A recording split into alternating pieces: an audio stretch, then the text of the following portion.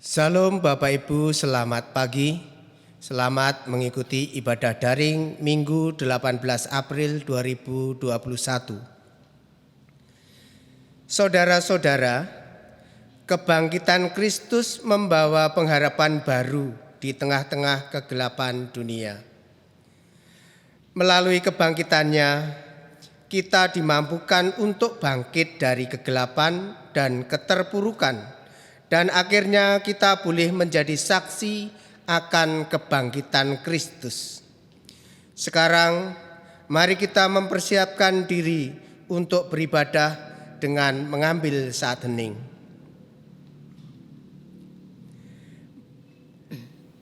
Mari kita semua berdiri, berhimpun menghadap Tuhan. Kita puji Dia yang pemurah benar.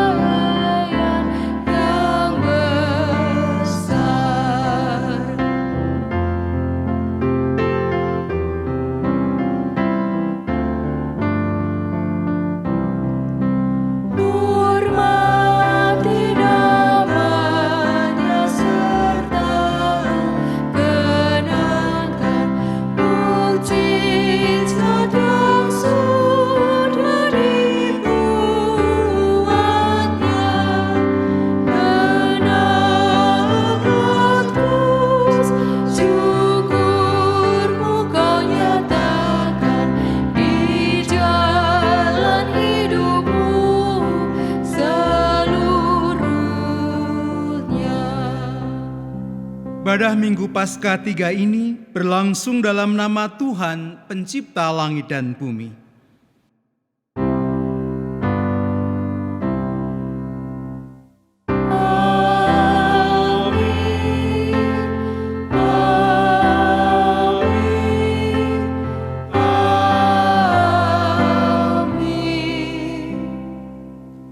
Damai sejahtera Allah menyertai saudara sekalian.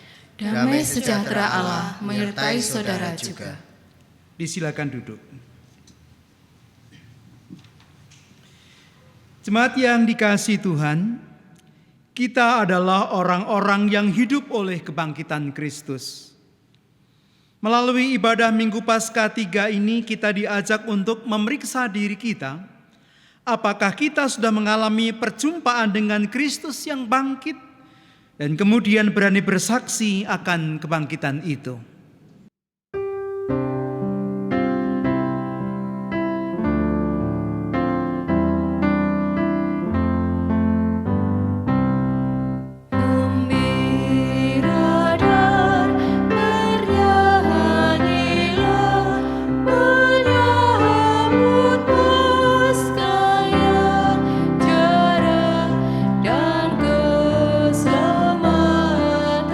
Yang bakal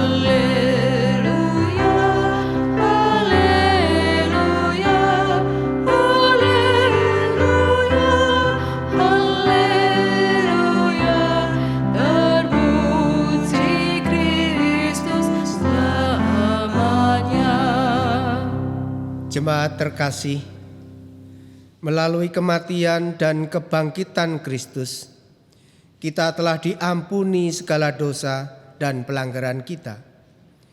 Tetapi kita sering menganggap enteng pengorbanan Tuhan itu. Kita tidak peduli akan hidup kita, tidak peduli akan sesama kita, dan hidup menurut nafsu dan keinginan sendiri. Semua itu adalah dosa kita di hadapan Tuhan. Sekarang marilah kita akui dosa-dosa kita dan memohon pengampunan Tuhan melalui nyanyian penyesalan kita, Ya Allahku di cahyamu.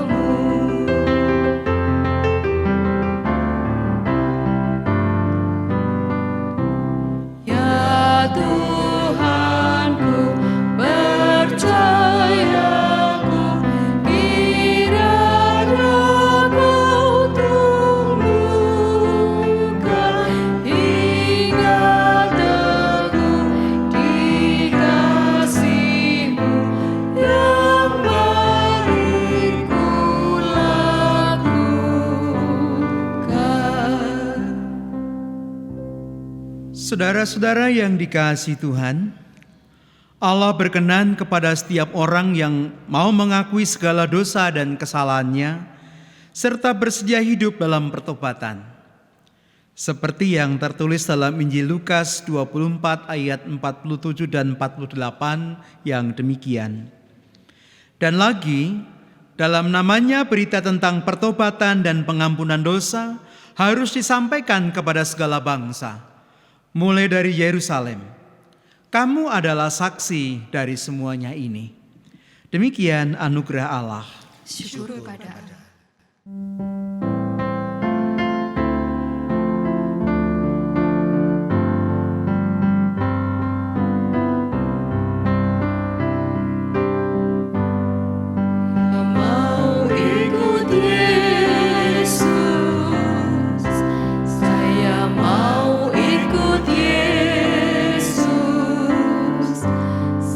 Selama-lamanya, meski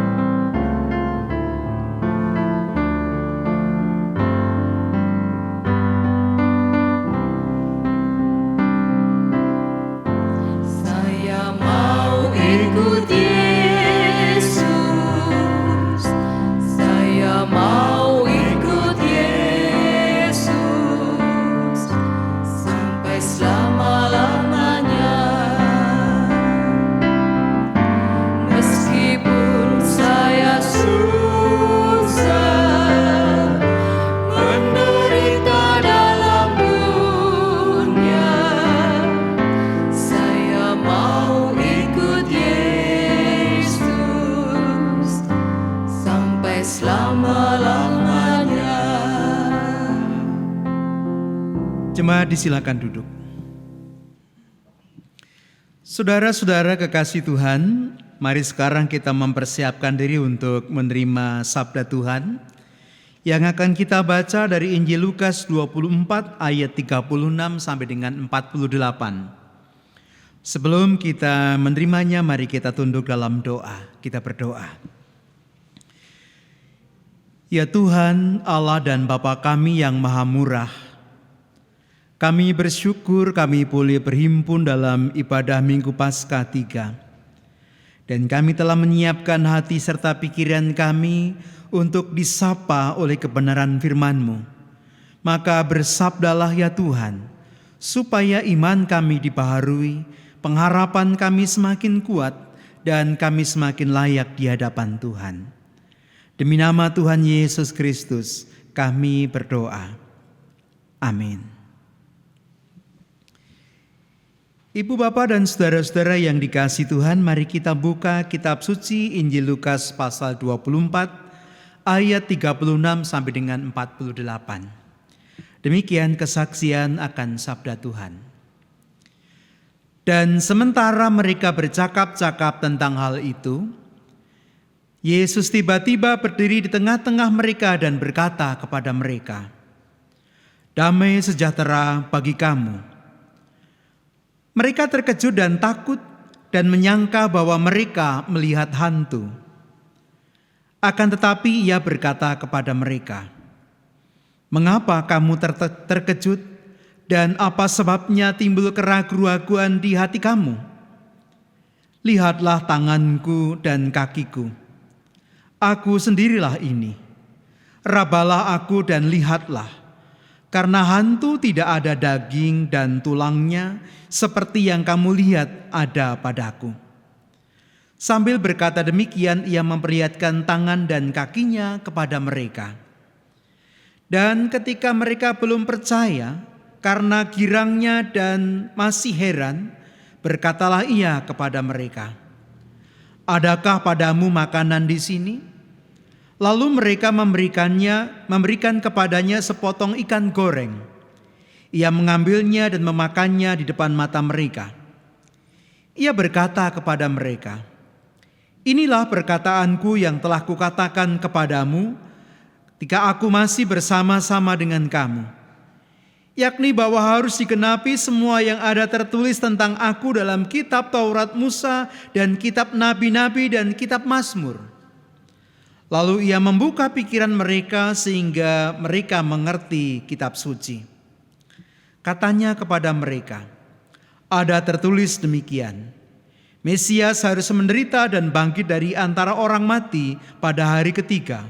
Dan lagi, dalam namanya berita tentang pertobatan dan pengampunan dosa harus disampaikan kepada segala bangsa mulai dari Yerusalem. Kamu adalah saksi dari semuanya ini." Jemaat yang dikasihi Tuhan, demikianlah pembacaan firman Tuhan. Berbahagialah mereka yang mendengarkan dengan setia, percaya dan melakukannya dalam hidupnya setiap hari. Haleluya.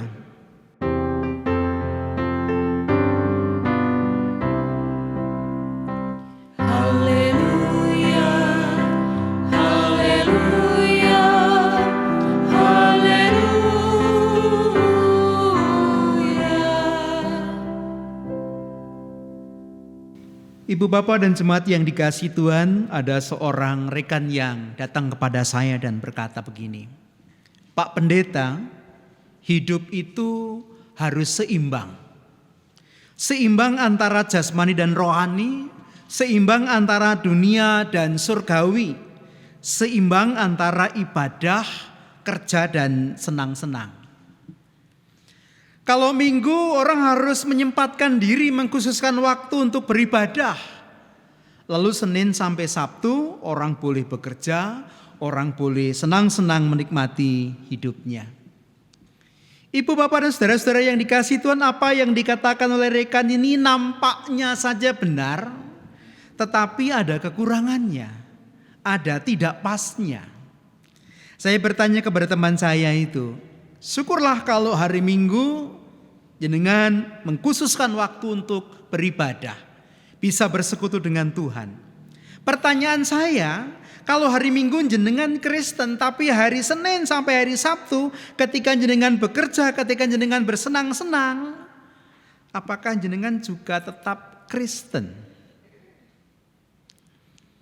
Bapak Ibu dan saudara yang dikasihi Tuhan, waktu itu kawan saya ini tidak bisa menjawab dengan cepat. Dia memikirkannya masak-masak, kemudian dia hanya tersenyum dan tidak menjawab pertanyaan saya.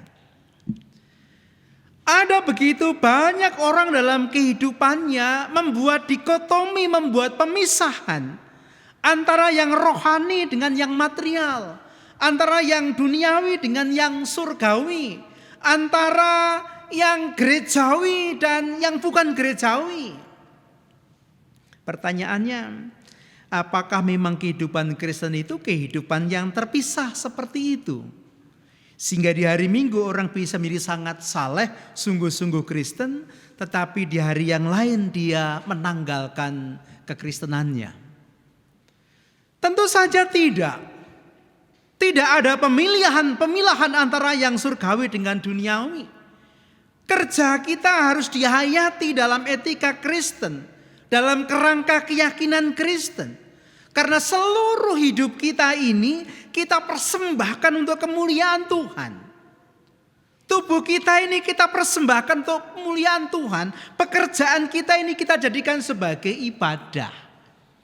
Tidak ada satu bagian pun dalam kehidupan kita yang lepas dari penghayatan akan nilai-nilai dan identitas kekristenan kita.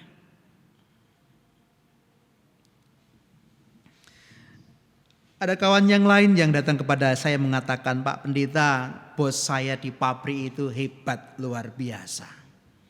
Kalau hari Minggu karyawannya yang Kristen dikumpulkan, dijemput pakai bis, lalu bersekutu bersama-sama, lalu dia berkhotbah, lalu dia berdoa mendoakan kami semuanya, mendoakan kemajuan pabriknya. Bukankah Jos hebat, spiritualitasnya luar biasa, dia dekat dengan Tuhan.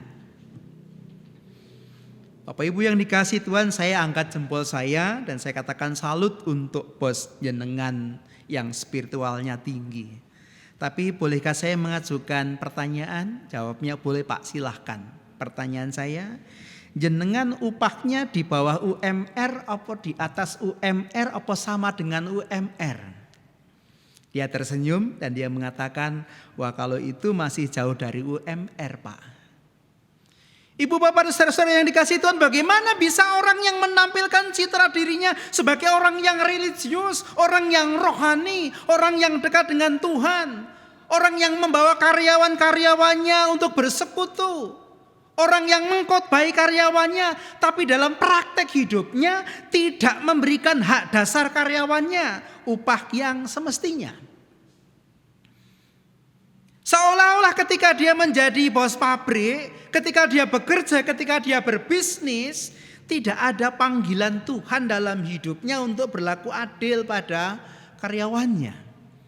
Tapi begitu jam pabrik selesai, maka ia menjadi orang suci yang memanggil karyawan-karyawannya untuk beribadah bersama-sama. Dikotomi seperti itu sering terjadi dalam kehidupan kita. Nah Bapak Ibu dan saudara-saudara yang dikasihi Tuhan, kalau kita membaca bacaan kita kisah kebangkitan Tuhan Yesus yang dalam Injil Lukas adalah penampakan Tuhan Yesus yang ketiga, yang terakhir. Yang pertama Tuhan Yesus menampakkan diri kepada para perempuan yang mengikuti Tuhan Yesus dari Galilea, Maria Magdalena dan Maria ibu Yakobus. Lalu yang kedua Tuhan Yesus menampakkan diri kepada murid-murid yang sedang melakukan perjalanan menuju ke Emmaus.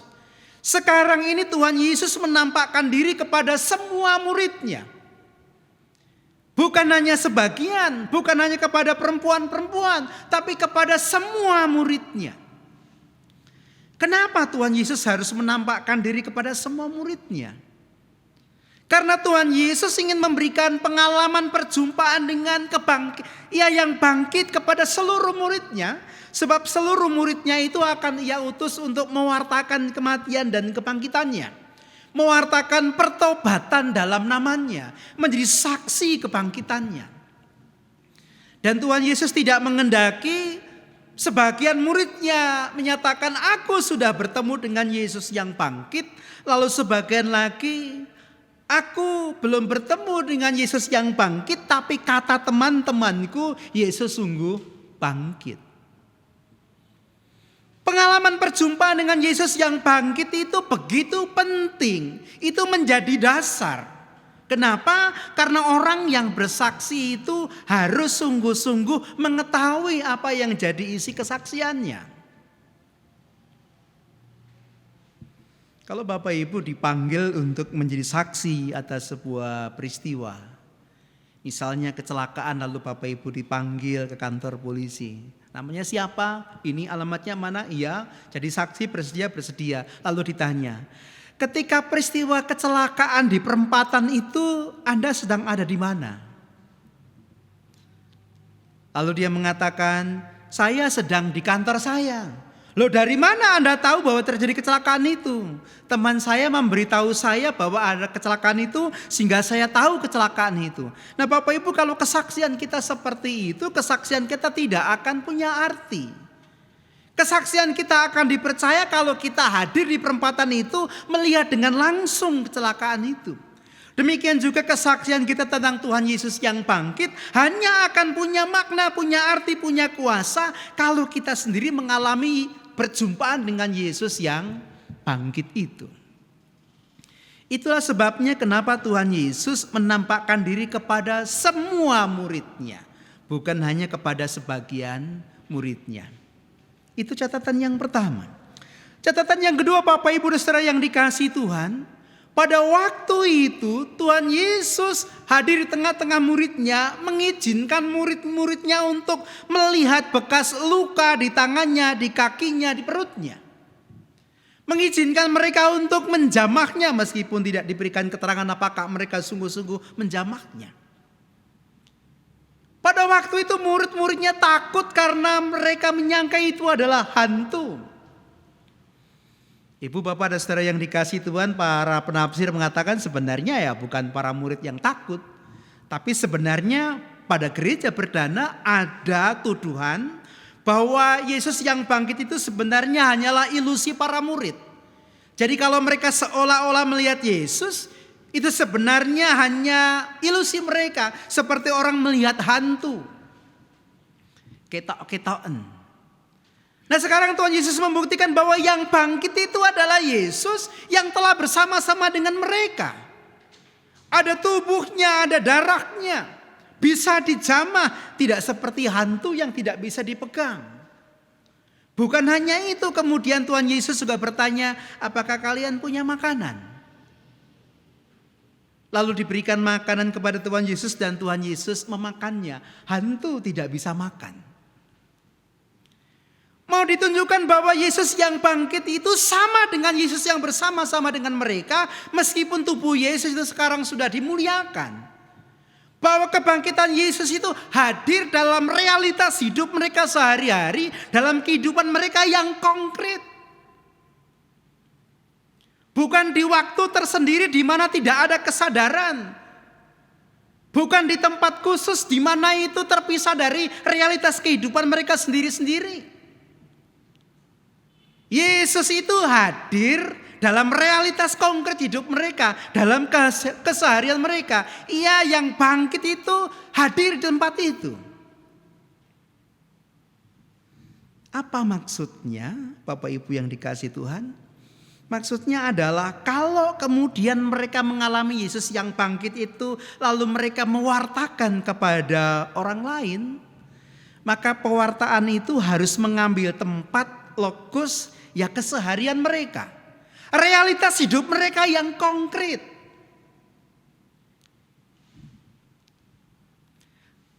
Dalam kenyataan keseharian mereka, perjumpaan dengan orang-orang di sekitarnya, pekerjaan mereka, keluarga mereka. Dimulai dari situ. Kesaksian-kesaksian yang punya kekuatan karena mereka mengalami sendiri itu diwartakan. Ibu, bapak, dan saudara-saudara yang dikasihi Tuhan, benih kekristenan yang tumbuh di Karanganyar kemudian berkembang menjadi gereja-gereja Kristen Jawa sekelas Seslawu Karanganyar, itu ditaburkan bukan oleh rohaniawan tapi oleh orang awam. Oleh seorang pedagang kain batik yang bernama Yokim Hok, orang Solo yang berdagang batik di Pasar Matese. Bagaimana dia mewartakan Yesus yang bangkit itu? Apakah dia ambil mimbar kemudian dia berpidato? Tidak. Tapi pagi hari begitu datang bersama dengan para pegawainya, sebelum menggelar dagangannya, Yokim Hok berdoa terlebih dahulu. Bernyanyi, berdoa, baru kemudian menggelar dagangannya. Bapak Ibu yang dikasih Tuhan, apa yang dilakukan oleh Yokim Hok ini sederhana. Yang dilakukannya ini juga dilakukan oleh banyak orang lain, meskipun kalau di pasar tidak banyak. Tetapi kemudian menarik perhatian orang. Apa yang dilakukan orang itu? Berdoa dengan cara seperti itu, berdoanya orang apa? Kok pakai nyanyi-nyanyi? Mereka tertarik. Apalagi ketika mereka berelasi dengan Yokim Hok, kemudian mereka mendapati orang ini jujur, orang ini berintegritas, orang ini bisnisnya bersih. Lalu orang-orang mulai tertarik, orang-orang mulai belajar, dan akhirnya mereka memberi diri baptis menjadi orang-orang Kristen pertama di Karanganyar. Saya membandingkan dengan apa yang dilakukan oleh bosnya kawan saya. Yang punya pabrik besar, yang kalau di luar jam kerja mengumpulkan karyawan-karyawannya, mengajaknya persekutuan beribadah dan berdoa, tapi dalam jam kerja dia memeras karyawannya karena tidak memberikan upah yang semestinya. Di luar keseharian pekerjaannya, bisnisnya, dia jadi Kristen, dia jadi saleh. Tapi ketika dia hidup dalam kesehariannya sebagai bos, sebagai pebisnis, dia melupakan keadilan. Sangat beda dengan yang dilakukan Yokim Hok. Ya di luar, ya di dalam bisnisnya, dia Kristen sejati.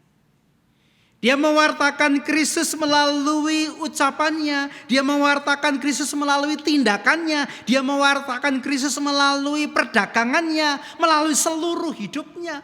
Karena dia sadar bahwa Kristus yang bangkit itu ya hadir dalam kesehariannya. Bapak Ibu dan saudara-saudara yang dikasihi Tuhan, itu yang harus kita lakukan sebagai orang-orang yang sudah menjadi manusia Paskah.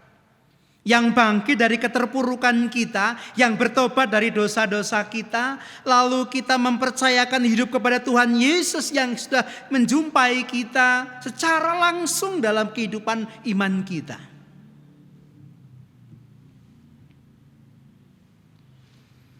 Jadi kalau Bapak Ibu seorang ASN, aparat sipil negara, maka sebelum bekerja berdoalah terlebih dahulu.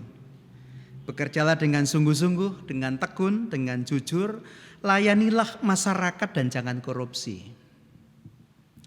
Kalau Bapak Ibu seorang guru, berdoalah sebelum bekerja, mengajarlah dengan setia, dengan kreatif, bimbinglah murid-murid sebagaimana Bapak Ibu membimbing anak Bapak Ibu sendiri, dan jangan menjadikan murid Bapak Ibu sebagai objek untuk mencari keuntungan. Kalau Bapak Ibu seorang pedagang, berdoalah sebelum berdagang. Berdaganglah dengan jujur. Berdaganglah dengan adil. Jangan menipu. Jangan menyalahi timbangan. Supaya setiap orang melihat kemuliaan Kristus yang bangkit itu melalui apa yang Bapak Ibu lakukan dalam kerja. Kalau Bapak Ibu tukang parkir, kalau ada mobil atau motor datang, diabani. Diabani yang baik, diabani yang sungguh-sungguh. Jangan hanya minta uang tetapi tidak mau ngabani. Kalau ada kembaliannya, ya kembalikan. Jangan ada kembaliannya diam-diam. Kalau sudah dikembalikan, orang yang dikembalikan memberikan kepada Bapak Ibu, boleh itu diambil. Tapi jangan pura-pura tidak tahu. Kalau Bapak Ibu seorang suami, jadilah suami yang baik, suami yang setia, suami yang penuh perhatian kepada pasangan.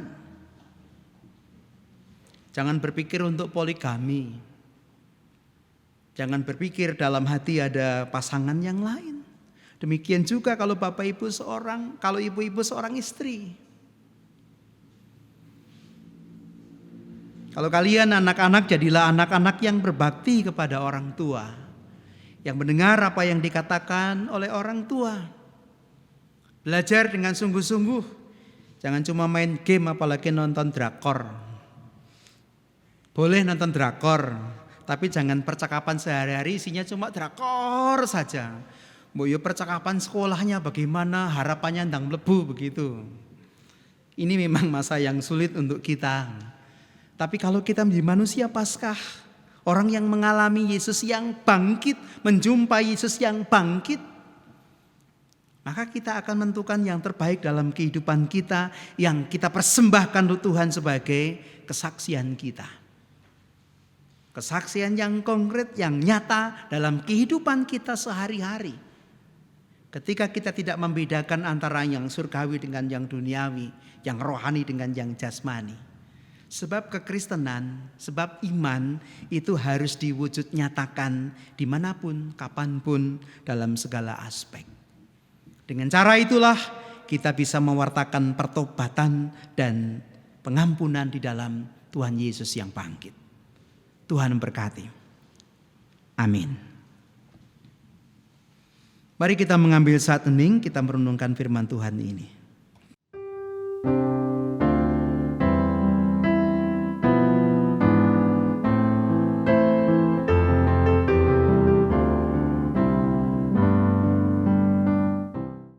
Saat hening cukup, jemaat dimohon bangkit berdiri. Bersama dengan umat Tuhan dahulu, kini, dan sepanjang masa, mari kita perbaharui pengakuan iman kita dengan mengucapkan pengakuan iman rasuli secara bersama-sama.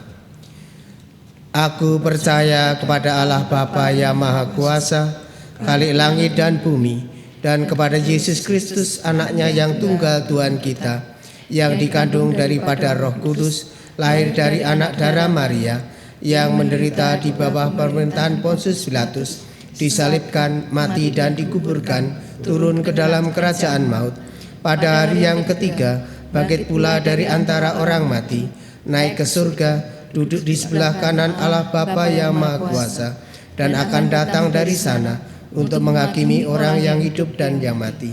Aku percaya kepada Roh Kudus, gereja yang kudus dan am, persekutuan orang kudus, pengampunan dosa, kebangkitan daging, dan hidup yang kekal. Jemaat disilakan duduk. Kekasih Tuhan, mari sekarang kita tunduk dalam doa, kita naikkan syafaat kita.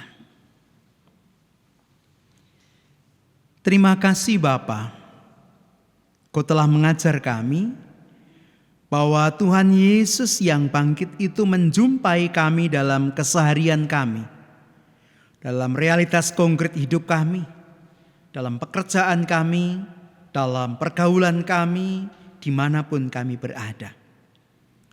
Oleh karena itu, jika Engkau memanggil kami untuk menjadi saksi kebangkitan Kristus, maka biarlah kami juga bersaksi dalam realitas keseharian kami, melalui tutur kata, melalui perbuatan, melalui praktek hidup kami yang mencerminkan pengharapan dan kemuliaan Kristus. Terima kasih Bapa, dan tuntunlah kuasa kami dengan kuasa Roh Kudus-Mu, agar kami dapat melakukan kebenaran firman ini dalam hidup kami. Kami berdoa untuk setiap keluarga Kristen, terkhusus warga jemaat GKJ Karanganyar. Tuhan berkati semuanya. Tuhan tilik apa yang jadi pergumulan mereka, dan Tuhan tolong mereka satu persatu. Yang sakit Tuhan sembuhkan, yang sedih Tuhan hibur, yang sedang jauh dari Engkau Tuhan tarik kembali, supaya boleh mengambil bagian dalam persekutuan bersama-sama dengan kami. Yang sedang mengalami masalah-masalah ekonomi, Kiranya Tuhan berkati dengan rezeki yang cukup. Tuhan tuntun mereka untuk bekerja dengan sungguh-sungguh, dengan tekun, dan melalui pekerjaan itulah Tuhan memberkati mereka. Kami serahkan para orang tua kami dalam usia lanjut mereka, berkat kesehatan dan sukacita kami mohon untuk mereka. Kami serahkan setiap pasangan suami istri. Kami mohon Tuhan berikan kekudusan, Tuhan berikan kesetiaan. Dan kalau ada mereka yang mengalami pergumulan yang berat, Tuhan berkenan memulihkan. Kami serahkan anak-anak kami dalam studi mereka, dalam pergaulan mereka, dalam usaha mereka untuk mendapatkan pekerjaan ataupun jodoh. Ya Allah, apa yang mereka pinta dengan sungguh-sungguh dan mereka usahakan itu Tuhan berkati, sehingga dengan kemurahan-Mu Tuhan memberikannya. Kami serahkan gereja Tuhan dimanapun mereka berada, terkhusus persekutuan kami GKJ Karanganyar. Biar keberadaan kami menjadi berkat bagi setiap orang yang kami jumpai, dan nama Tuhan dimuliakan melalui pelayanan-pelayanan yang kami kerjakan. Bangsa dan negara kami serahkan dalam tangan pengasihan-Mu. Jika sekarang ini pemerintah sedang mengupayakan vaksinasi untuk COVID-19, Tuhan berkati supaya vaksin itu jadi berkat bagi bangsa kami. Dan biarlah kami tetap berhati-hati dan Tuhan menjaga kami semuanya sehingga kami boleh selamat oleh penyertaan Tuhan. Ya Allah, dengarlah permohonan kami, sebab semuanya kami naikkan dalam Tuhan kami Yesus Kristus yang telah mengajar kami untuk memohon. Bapa kami yang di surga, dikuduskanlah nama-Mu, datanglah kerajaan-Mu, jadilah kehendak-Mu di bumi seperti di surga. Berikanlah kami pada hari ini makanan kami yang secukupnya, dan ampunilah kami akan kesalahan kami, seperti kami juga mengampuni orang yang bersalah kepada kami. Dan janganlah membawa kami ke dalam pencobaan, tetapi lepaskanlah kami daripada yang jahat, karena Engkau-lah yang punya kerajaan dan kuasa dan kemuliaan sampai selama-lamanya. Amin. Jemaat kekasih Tuhan, Allah sungguh pemurah dan penuh kasih setia dalam kehidupan kita. Oleh karena itu, mari kita mengucap syukur dan memberikan persembahan. Sebagai dasar persembahan diambil dari Roma 12 ayat 1 sampai dengan 2 yang demikian. Karena itu saudara-saudara, demi kemurahan Allah, aku nasihatkan kamu supaya kamu mempersembahkan tubuhmu sebagai persembahan yang hidup, yang kudus, dan yang berkenan kepada Allah. Itu adalah ibadahmu yang sejati. Janganlah kamu menjadi serupa dengan dunia ini, tetapi berubahlah oleh pembaharuan budimu, sehingga kamu dapat membedakan manakah kehendak Allah, apa yang baik, yang berkenan kepada Allah, dan yang sempurna.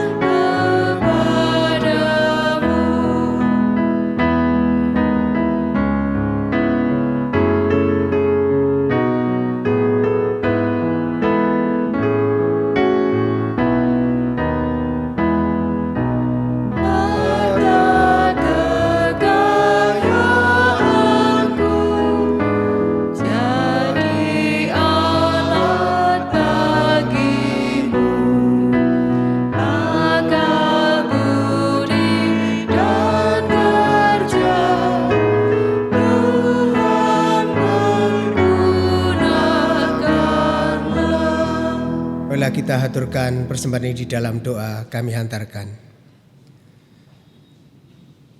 Ya Bapa yang penuh kasih, kami mengucap syukur kepadamu karena pemeliharaanmu dalam kehidupan kami. Bapa di surga, pada ibadah minggu ini kami mengaturkan sedikit persembahan mingguan, persembahan bulanan, dan persembahan syukur. Tuhan, semuanya kuserahkan kepadamu. Kira Tuhan berkati dan kira Tuhan terima.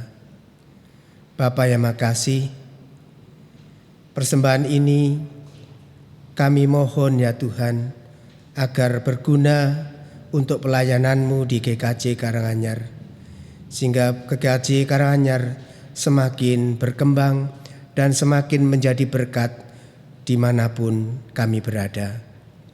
Bapa di surga, kami mohon berkat-Mu juga untuk keluarga-keluarga GKJ Karanganyar. Kiranya Tuhan berkati kesehatan yang baik, rezeki yang secukupnya, sehingga boleh setiap hari mengucap syukur kepadamu. Bapa di surga, banyak kekurangan dan dosa dalam kami mengaturkan persembahan hari ini. Kiranya Tuhan ampuni. Doa yang kurang sempurna ya Tuhan, kami aturkan dengan perantaraan Putra-Mu terkasih, Tuhan kami Yesus Kristus, Tuhan dan Juru Selamat kami yang hidup. Terima kasih Tuhan. Amin.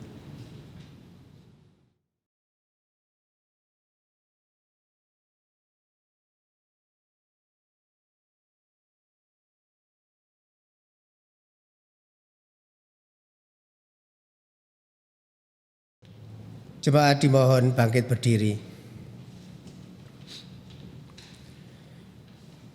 Jemaat kekasih Tuhan, kita diutus menjadi saksi akan kebangkitan Kristus melalui karya pelayanan kita kepada sesama dan kepada Allah, sehingga hidup kita sungguh menjadi berkat.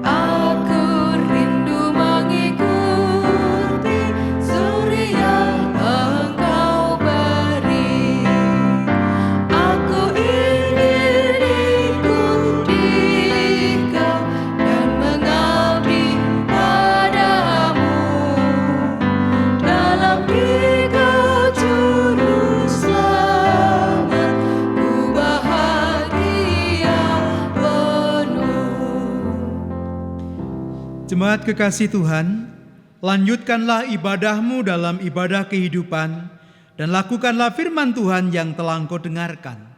Untuk itu terimalah berkat-Nya. Anugerah dan damai sejahtera dari Allah Bapa, Putra dan Roh Kudus menyertai saudara sekalian seperti pada semula, sekarang ini, sampai selama-lamanya. Amin.